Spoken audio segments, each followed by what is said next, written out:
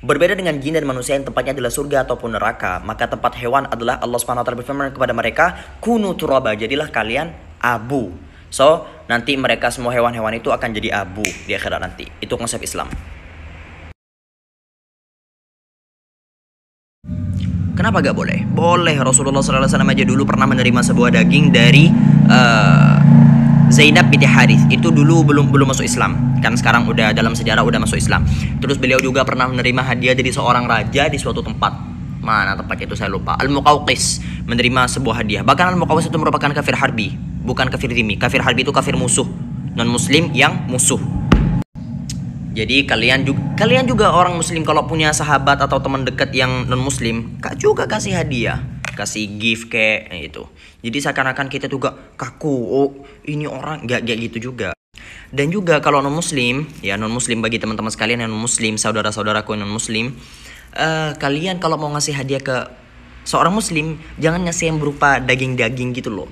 Kayak kasih aja hadiah berupa roti, cake, atau apapun. Jadi gak ada ragu-ragu gitu dalam hati. Yang menjadi batasan ketika kita wudhu, terus batal ketika menyentuh perempuan atau laki-laki yang ajnabi alias tidak mahram, itu pertama ya saya ada bahasan-bahasannya. Bahasan pertama, al-lamisu kal malmus, orang yang menyentuh sebagaimana orang yang tersentuh. Jadi sekalipun kamu tersentuh dengan cara yang tidak sengaja, kamu duduk terus tiba-tiba ada orang yang nyenggol kamu yang bukan mahram, lah itu gimana hukumnya? Ya tetap batal gitu, sekalipun bukan kamu yang niat nyentuh. Yang kedua, syarat untuk dibatalkannya wudhu adalah min ghairi hailin, tidak ada penghalang apapun, entah itu penghalang berupa kain atau penghalang itu berupa kaos tangan atau apapun. Jadi kalau ada penghalangnya gak batal. Kena rambut, kuku juga gak batal kok. Allah Subhanahu wa taala berfirman dalam Al-Qur'an, "Qul ya ibadiyalladzina asrafu ala anfusihim la taqnatu min rahmatillah." Katakanlah wahai Muhammad kepada hambaku yang telah melampaui batas diri mereka sendiri. Allah bermaksud adalah kepada pendosa yang dosanya full, telah melampaui langit dan bumi. La taqnatu min rahmatillah. Jangan berputus asa dari rahmat Allah Subhanahu wa taala. Jangan berputus asa dari rahmat Allah Subhanahu wa taala. Sekalipun kamu punya dosa yang mampu menyelimuti langit dan bumi, ya, gak ada kata terlambat. Terlambat itu cuma ada di otak kamu doang. Hakikatnya gak ada terlambat. Gak ada terlambat. Gak ada. Tobat.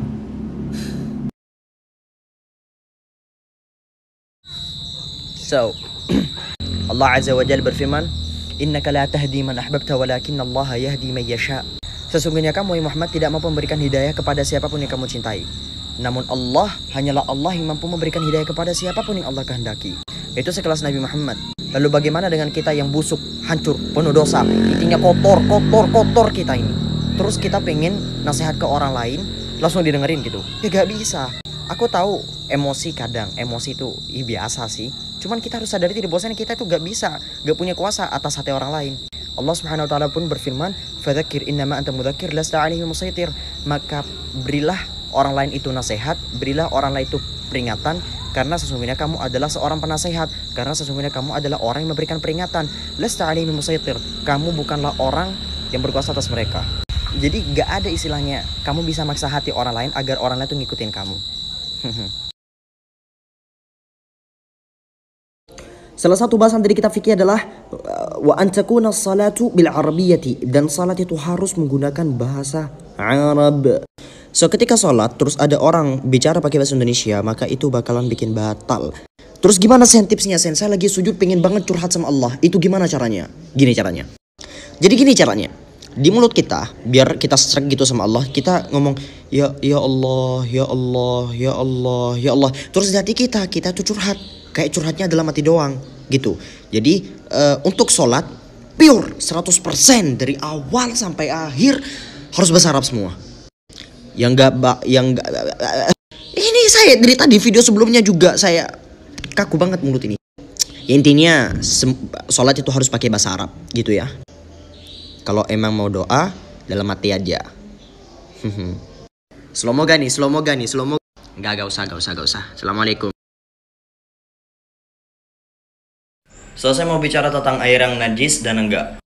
So, dalam Islam, dalam hukum fikih, bahwasanya air itu terbagi menjadi dua, air yang banyak dan air sedikit. Air yang banyak adalah air yang jumlahnya itu sekitar 280 liter atau sekitar 270 liter ke atas lah.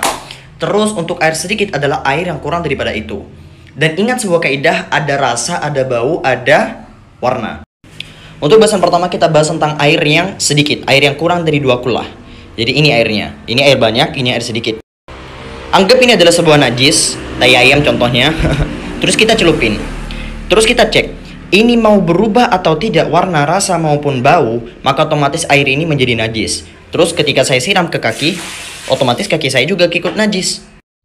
Atau ketika kita celupkan hal-hal yang bukan najis kayak jarjus, tesisri dan sebagainya, maka ini menjadi suci namun tidak bisa digunakan untuk mensucikan. Mungkin di antara teman-teman sekalian pasti ada satu teman yang kerjanya nyusahin mulu, yang kerja kita ngerasa gak cocok banget sama dia, gak dapat chemistry-nya, blas gak dapat. Maka saran dari saya udah tinggalin. Waliyadzubillah, saya gak nyuruh ke teman-teman kalian untuk memutus silaturahim. Enggak, jangan diajak musuhan tapi cukup jaga jarak. Makanya salah satu perkataan daripada ahli hikmah, Al-Imam Syafi'i radhiyallahu ta'ala anhu, beliau berkata, apabila ada seseorang yang senantiasa menyusahkanmu dan tidak bisa menjagamu, maka tinggalkanlah dia dan jangan terus mengasihinya. Di dunia ini banyak sekali pengganti bagi orang-orang seperti dia. Dan ketika kamu meninggalkan orang-orang yang senantiasa nyusahin kamu, maka kamu akan mendapatkan ketenangan. So, stop. Oke, hukum menggambar. Sebenarnya kaidah pertamanya bahwasanya hukum menggambar disepakati oleh para ulama, menggambar makhluk hidup, makhluk yang bernyawa itu diharamkan. Tapi tunggu dulu, sebagian ulama berkata bahwasanya tidak diharamkan bagi yang 2D, yang 2D, bukan yang 3D kayak patung atau action figure dan sebagainya. Wallahu a'lam. Walaupun pendapat ini ditentang penuh oleh banyak sekali ulama termasuk Al-Imam Nawawi yang berkata bahwasanya ini adalah madhabun batil, yaitu pendapat yang batil.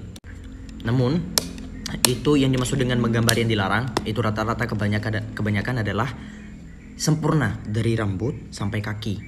Kalau semisal kamu gambar manusia gak ada kepalanya atau kepalanya doang atau tangannya doang atau intinya gak bisa hidup, itu insya Allah boleh.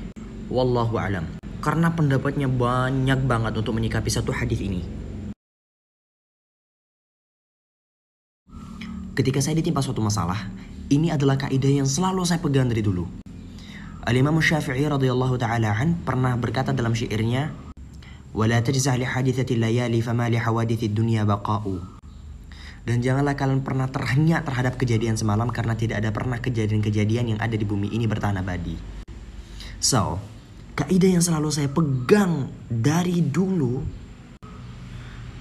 setiap saya punya masalah, gak ada yang abadi bos, gak ada yang abadi, semua pasti akan berakhir.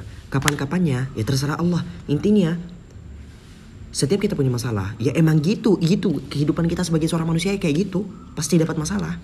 Dan untuk teman-teman sekalian yang sekarang sedang ditimpa masalah entah itu kecil maupun besar, yakinlah bahwasanya masalah itu akan berakhir. Entah bagaimanapun caranya, intinya masalah itu akan berakhir. So, biarkan saya membacakan satu hadis. Rasulullah sallallahu alaihi wasallam bersabda, "Man da'a ila hudan kana lahu min al-ajri mithlu ujuri man tabi'ahu la yanqusu dhalika min ujurihim syai'a, wa man da'a ila ad-dalalah kana 'alayhi min al-ithmi mithlu athami man tabi'ahu la yanqusu dhalika min athamihim syai'a." Barang siapa yang menunjukkan suatu kebaikan, kemudian kebaikan itu diikuti oleh seseorang, dan jumlah orang yang ikutin itu banyak, maka dia akan mendapatkan pahala sesuai dengan banyaknya orang mengikuti. Begitu pula orang menunjuki suatu keburukan. Jadi ini juga jadi problem. Ketika banyak orang ingin berhenti melakukan suatu keburukan, yang belum sholat pengen sholat, yang belum puasa pengen puasa, yang suka berbuat maksiat dia pengen berhenti berbuat maksiat. Namun ketika dia sudah niat berhenti berbuat maksiat, dia justru didukung untuk kembali melakukan maksiat. Percayalah bahwa di hari kiamat orang yang mendukung dia itu mendapatkan siksaan yang pedih.